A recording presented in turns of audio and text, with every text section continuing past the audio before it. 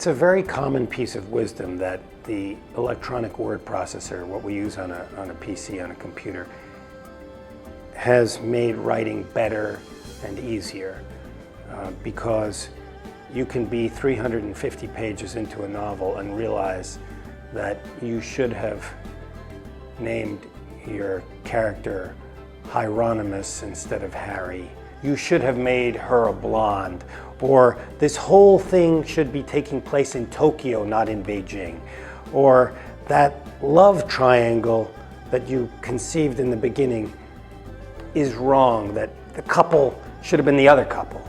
And if you have a word processor, you can just go search and replace and fix all that in a matter of minutes. Of course, if you were doing it by hand or on a typewriter, the die is cast. Unless you want to throw everything out and start all over again. Oh my God, those years of typing, are you kidding? Thousands of hours, I'm just going to leave it the way it is. Well, you know, leaving it the way it is might mean it's a worse book. So in that case, the word processor did you a favor.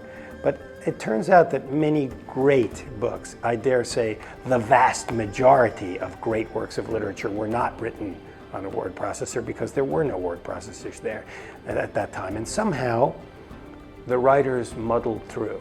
And of course, what does this mean? It simply means that they thought about all these things carefully before they wrote it.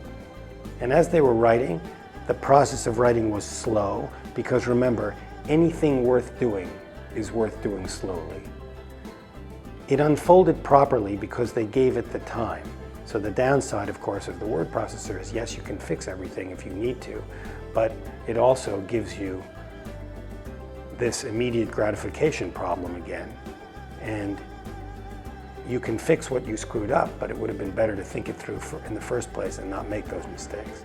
It's a very common thing to hear from writers, that the process of writing is pure misery, but the feeling of having written is the greatest thing in the world.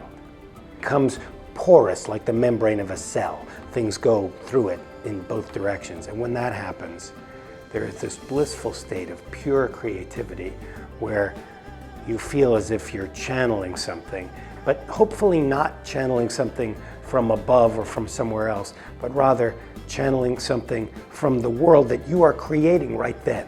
And the world that you are creating is coming through that permeable wall, and you are speaking and you are hearing the characters speak, and you're just taking down what they say. And that, of course, is a fantastic process. It takes a little discipline, though, and more than a little hard work.